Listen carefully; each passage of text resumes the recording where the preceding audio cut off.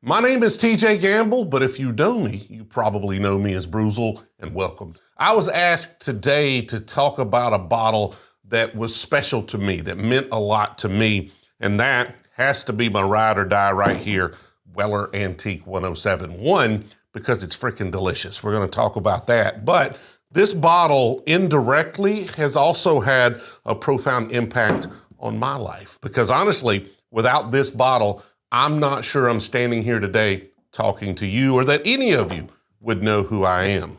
And so, I don't think there's any bottle thus far that's had a bigger impact on my life than this one.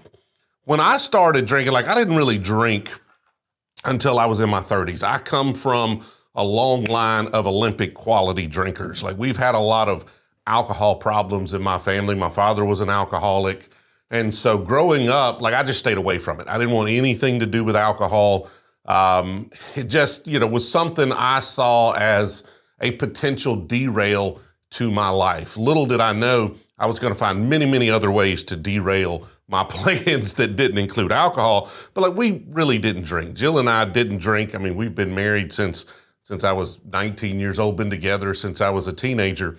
We didn't really drink growing up. Maybe New Year's, we'd have a few drinks, something like that. But in my 30s, craft beer started getting really popular. I had an employee that was into craft beer, started drinking a little more, found Jack and Cokes were really the thing I enjoyed the most. So consumed quite a few of those through my 30s. And really, as I started getting into my 40s, started wanting to try to find something a little nicer than that, maybe something a little more sophisticated.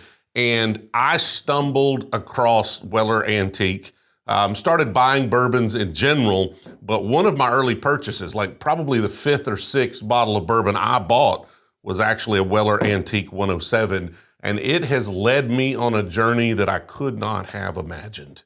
But let's do a little review and then we'll talk about that. Now, what I like about Weller's, I like sweet bourbons. My palate has evolved a lot since I discovered this, but especially just getting into whiskey, I think it's one of the reasons so many people like the Buffalo Trace flavor profile.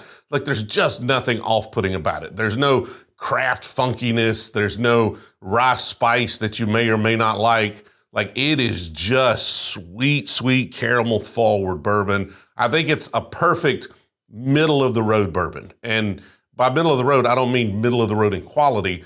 I mean, just in general, most people are going to like the flavor profiles of it. And this one's that. It's that classic Buffalo Trace caramel, but with the wheat. This is a wheated bourbon. It adds a lot of red fruit. Now, there are a lot of wheated bourbons out there. Some of them are red fruit. Some of them amp up the caramel. A lot of them have a wheated funkiness to them. And I don't know what causes that. I don't know if it's the still they're using. I don't know if it's the wheat they're using. I want to find out. But Buffalo Trace gets none of that. It is just all red fruit with this Weller. Now, I like proof as well. Antique 107 is going to be 107 proof points, which I think is about the perfect proof for whiskey for my palate. Anything more, I like it, but it's not as complex. The proof starts to shine through pretty well. Anything less, and I feel like the flavors are not as pronounced and robust as I would like. The mouthfeel, the viscosity, the whole package is just diminished if the proof gets too low. Most of the time. There are exceptions to all rules.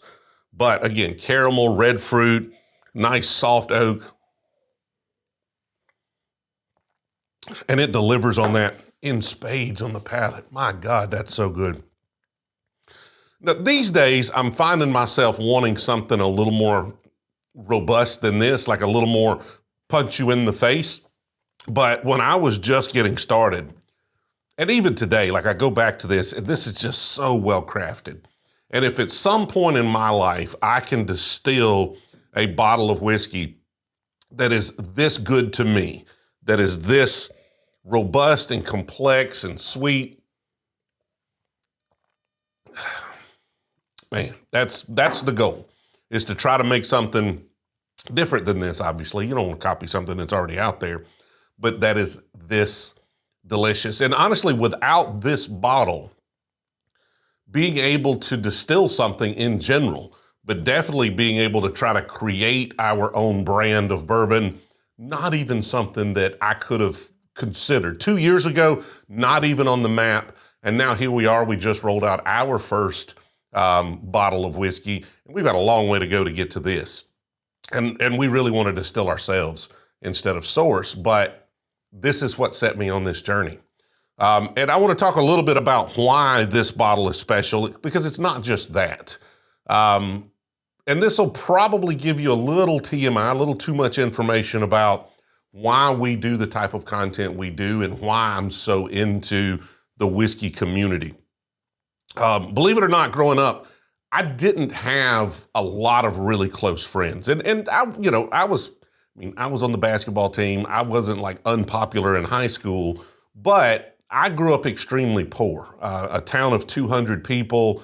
And so that school closed, and all through high school especially, I was in a school 10 miles away from where I lived, and we grew up in a $500 trailer. Now, I don't mean $500 a month. I mean, somebody's like, if you will pay somebody $500 to drag this piece of crap out of here, then you can have it. Luckily, my grandparents had inherited a little land, and we put it on that, and we had a stable place to stay throughout my teenage years. Whereas, before that, it was a lot of moving around. But being a poor kid, I didn't have the economics to run in a lot of the social circles. Not that I went to a rich high school or anything, but the town everybody wanted to hang out in is 20 miles away. Like, just gas money or a reliable mode of transportation to get there was not something that I enjoyed most of the time. My first car is an 81 Oldsmobile Cutlass. It was broke more than it was running. And so, although I may have friends in school, I couldn't really build as deep a connection because I just could not go and do all of the things that they were able to do. And then Jill got pregnant with our first son, Will, when I was 18 years old. So by the time I got to college, I'm working full time, trying to pay my way through school, trying to provide for a family. And so that was just completely all consuming. Like, at that point, once she got pregnant, nothing else really mattered. So I had a few friends, but honestly, the friends I had in college are just folks that I met going to class. Like, I did zero extracurricular activities while I was in college. And then I got into building websites and doing e-commerce developments while I was in school. My degree's in computer science. And I wanted to start a business doing that, or I wanted to do that. But to do that, I was going to have to move to Atlanta or move to the West Coast at that time.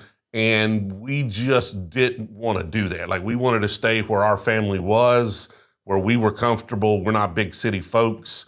And so from there, only option I had was find a different mode of making a living or start my own business. And so I decided to start my own. And that was, man, I'm not a natural business person. I'm not. I'm pretty good at making money. I'm awful at keeping it. Like, I just want to reinvest and give it away and do all these dumb things. And so it was a struggle. I had a lot of lessons to learn. It was, 100 hours a week for decades, honestly. It was an all-consuming thing, really up and down a little bit, but for the most part, until just a few years ago. And, luckily a few years ago, I had a little bit of free time. I was not working as hard. I was able to, learn the lessons I need to get that business where it needs to be, hire some great folks to do a lot of the work I was trying to do myself. And that opened up some free time. The pandemic hit, and, I had a lot of free time. All work, travel stopped, all of these things kind of culminated at a time where I was starting to get into bourbon. And, at that point, I'd been drinking bourbon for 2 or 3 years, buying bottles, going to drops and doing things. And the thing that attracted me to whiskey so much was the social aspect of it. Like, as somebody who was looking for a community, who was looking for more like-minded folks that I could spend time with, and we had something in common, a shared passion for bourbon. That was exactly what I was looking for at exactly the right time.